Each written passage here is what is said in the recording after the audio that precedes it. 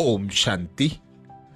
बाप दादा का रथ, हम सबकी प्राण प्यारी अति स्नेही दादी गुलजार जी, जिनको बाबा ने नाम दिया दिलों को मोहने वाली हृदय मोहिनी।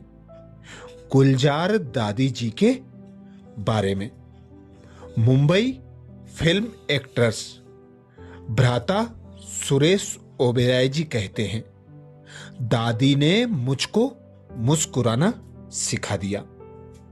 सुरेश ओबेरॉय जी कहते हैं, दादी गुलजार जी, यह नाम लेते ही मुझे बाबा की याद आती है। छोटी सी बच्ची की मुस्कान याद आती है, एक शुद्ध आत्मा याद आती है। मैं कितना लक्की हूं कि दादी से मेरी बहुत बार मुलाकात हुई, बहुत प्यार मिला, बहुत आशीर्वाद मिला और ज्ञान मिला। सबसे पहले मैं उन्हें माउंट आबू में मिला, जहां गौतमी बहन मुझे ले गई थी। दादी ने मुझे बैज पहनाया और कहा, सैंपल बना है, एग्जाम्पल बनना है। बहुत अच्छा लगा।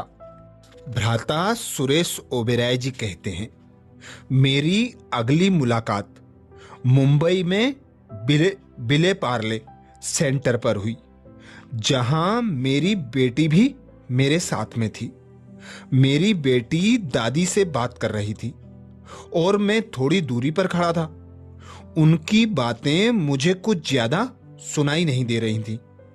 कुछ देर बाद दादी ने श्री कृष्ण की तस्वीर मेरी बेटी की गोद में रखी। यकीन मानिए, जब उसका बच्चा हुआ तो नाम तो हमने बच्चे का अर्जुन रखा था, परंतु पहला शब्द वह कहने लगा, बाबा बाबा। कभी अलमारी की चाबी के रिंग में भी बाबा की तस्वीर लगी होती तो पकड़ने की कोशिश करता है। बाबा बाबा बिल्कुल बीके जैसा निकला। फिर अगली बार दादी मुझे मिली। दादी ने पूछा, तेरी शक्ल ऐसी क्यों है? कहा, थोड़ा सा मुस्कुराओ। इमेजिन करो कि मेरे हाथ में एक गुलाब का फूल है, उसे देखकर मैं मुस्कुरा रहा हूं। इस तरह दादी ने मुझे मुस्कुराना सिखा दिया।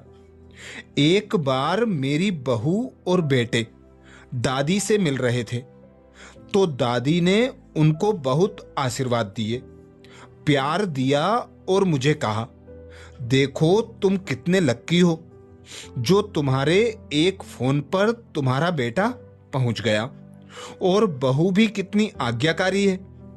इस तरह से दादी हर बात में सकारात्मक रहती थी। जब उन्हें बच्चे हुए तो वे भी 100% वेजिटेरियन ही हुए। दादी जो सोचती थी, जो बोलती थी, वह पूरा हो जाता था। एक दिन दादी ने बहुत पुरानी बात सुनाई।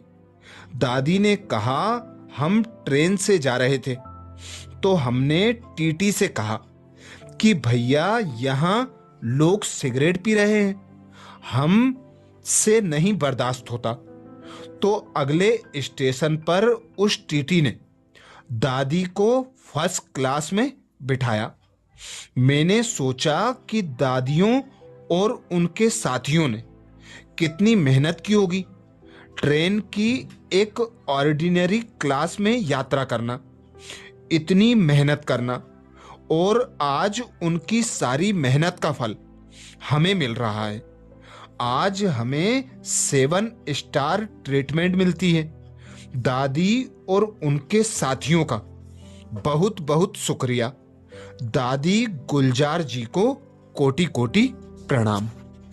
ये विशेष अनुभव भ्राता सुरेश ओबेरॉय जी ने, जो मुंबई से थे, सुनाया।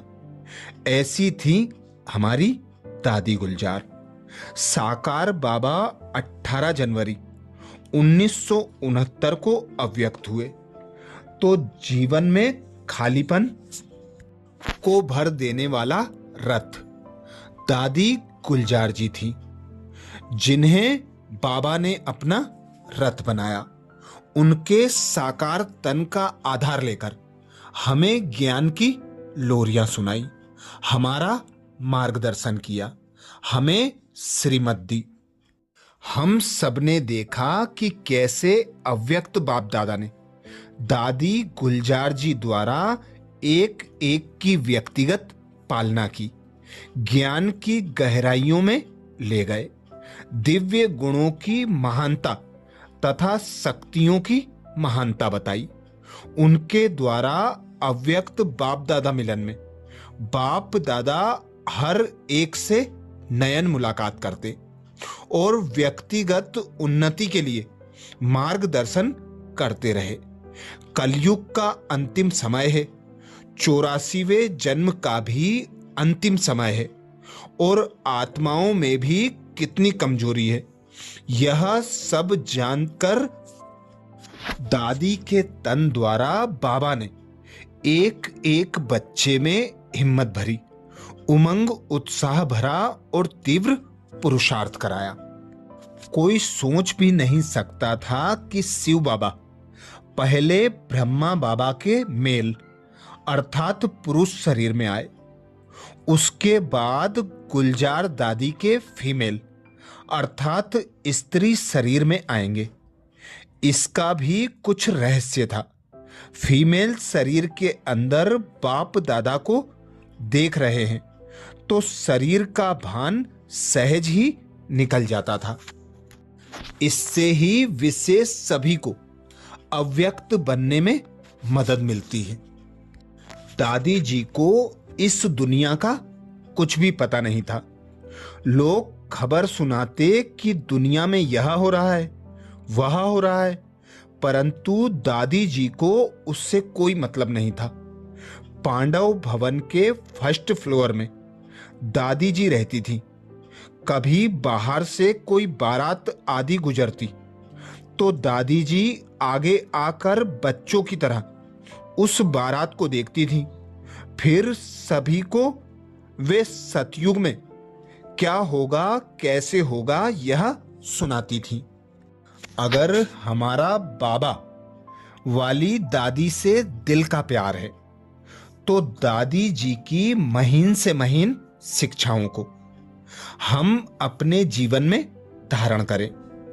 दादी जी सबसे बहुत प्रेम से मिलती थी। बच्चे उनको याद करते हैं और बड़े भी उनको याद करते हैं। यही निशानी है बाप समान बनने की। वे हमें भी यह लक्ष्य देकर गईं कि हमें भी उनके नक्शे कदम पर चलना है और बाप समान बनकर सभी की दादी ने जिस प्रकार पालना की उसी प्रकार हमें भी सभी में हिम्मत, उमंग, उत्साह भरकर सबको बाबा का परिचय देकर बाबा के ज्ञान का सत्य बताकर उनकी पालना करना है। अच्छा, ओम शांति।